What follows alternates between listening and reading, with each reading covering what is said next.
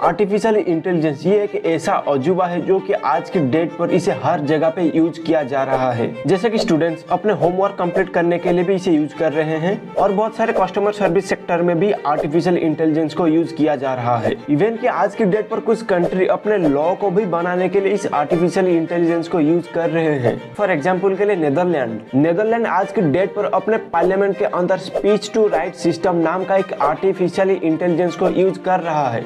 इसका काम क्या है ना, जब उनके पार्लियामेंट के अंदर मीटिंग होता है तो उस मीटिंग के दौरान जो भी बातचीत होता है उन सभी बातचीत को ये आर्टिफिशियल इंटेलिजेंस लिखित रूप में प्रोवाइड कर दे रहा है।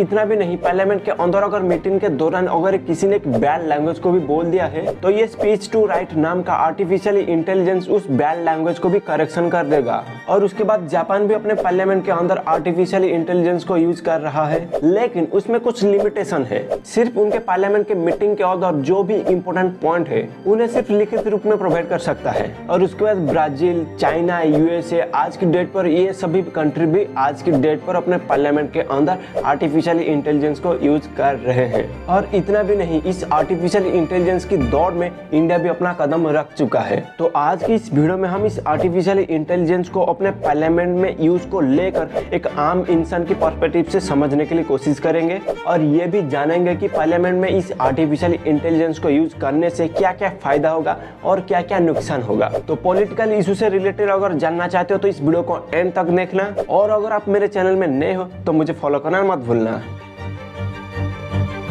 तो चैप्टर 1, फायदा क्या होगा। नया रिसर्च क्वालिटी में बढ़ोतरी देखने को मिलेगा। आसानी से समझने के लिए कोशिश करेंगे तो जब पार्लियामेंट के अंदर जो लॉ मेकर्स होते हैं, जो लॉ को बनाते हैं, तो वो एक नया लॉ को बनाने से पहले उसके बारे में एक प्रॉपर रिसर्च करते हैं, घंटों तक रिसर्च करते हैं, तब जाके उनके पास एक प्रॉपर डाटा निकलता है और उसी डाटा के बेसिस से ही वो एक नया लॉ को क्रिएट करते हैं। तो यहाँ पे अगर आर्टिफिशियल इंटेलिजेंस को उन रिपोर्ट को अच्छे से एनालाइज करने के लिए दिया जाएगा तो सबसे पहले यहाँ पर तो वो एक प्रॉपर डाटा को बना के दे देंगे और उसके बाद टाइम भी बच जाएगा। सोचिए, एक इंसान अगर रिसर्च करता है तो उसे घंटे तक टाइम लगता है, लेकिन यहाँ पर आर्टिफिशियल इंटेलिजेंस कुछ टाइम के अंदर एक प्रॉपर डाटा को निकाल के दे देगा। और दूसरा फायदा है डिसीजन मेकिंग, यानी कि डिसीजन लेने में आसान हो जाएगा। फॉर एग्जाम्पल यहाँ पर एक नया कानून को बनाया गया है, लेकिन यहाँ पर लॉ मेकर्स ये सोच में पड़ गए हैं कि इस लॉ को पब्लिकली लागू करने से लोगों का क्या फायदा होगा। यहाँ पर आर्टिफिशियल इंटेलिजेंस इसके ऊपर डिसीजन लेने के लिए हमको मदद कर सकता है। वो यहाँ पर इस लॉ को अच्छे से एनालाइज करके बता देगा कि इसमें ये पॉइंट गलत है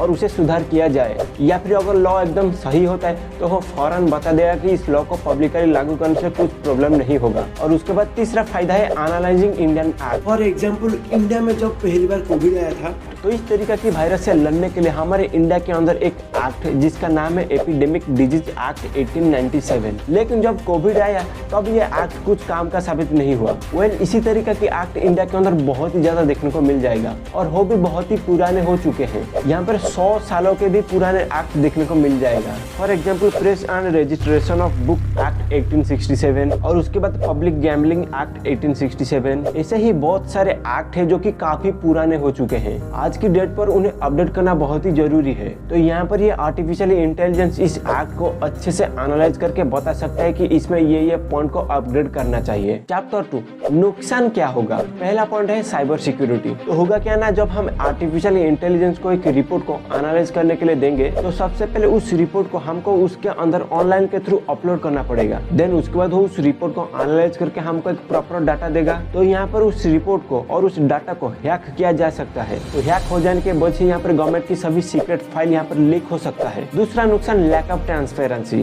तो होगा क्या ना, जब हम एक आर्टिफिशियल इंटेलिजेंस को यूज करेंगे तो वो किस तरह डिसीजन लेता है, वो किस बेसिस में ये डिसीजन को लिया, ये हमको पता नहीं चल पाएगा। फॉर एग्जाम्पल, हम एक नया लॉ को इस आर्टिफिशियल इंटेलिजेंस को एनालाइज करने के लिए दे दिए तो उसमें वो एक पॉइंट को चेंज करने के लिए सुझाव दे दिया। तो यहाँ पर हम ये नहीं जान पाएंगे कि वो किस बेसिस में इस पॉइंट को चेंज करने के लिए सुझाव दे रहा है। और उसके बाद तीसरा नुकसान है डिपेंडेंसी। अगर आर्टिफिशियल इंटेलिजेंस को यूज किया जाएगा हमारे डेमोक्रेसी के अंदर तो यहाँ पर लोग आलसी हो जाएंगे। लोग सोचेंगे कि ये आर्टिफिशियल इंटेलिजेंस तो इसे अच्छे से एनालाइज करके दे देगा, तो हम इसके पीछे अपना दिमाग को किस लिए खर्चा करें। हमारे डेमोक्रेसी के अंदर जो लॉ मेकर्स होते हैं वो यहाँ पर कामचोर हो सकते हैं। तो फ्रेंड्स, ये था कुछ पॉइंट जो कि अगर हमारे डेमोक्रेसी के अंदर आर्टिफिशियल इंटेलिजेंस को यूज करते हैं तो क्या क्या फ़ायदा होगा और क्या क्या नुकसान होगा, आज मैंने आपको कंप्लीट एक्सप्लेन करके बता दिया। तो वीडियो की जानकारी कैसा लगा मुझे कमेंट में बताना, और वीडियो अगर अच्छा लगा तो इसे लाइक कर देना और अपने दोस्तों के पास शेयर भी कर देना। और चैनल में पहली बार विजिट कर रहे हो तो चैनल को नीचे सब्सक्राइब भी कर देना,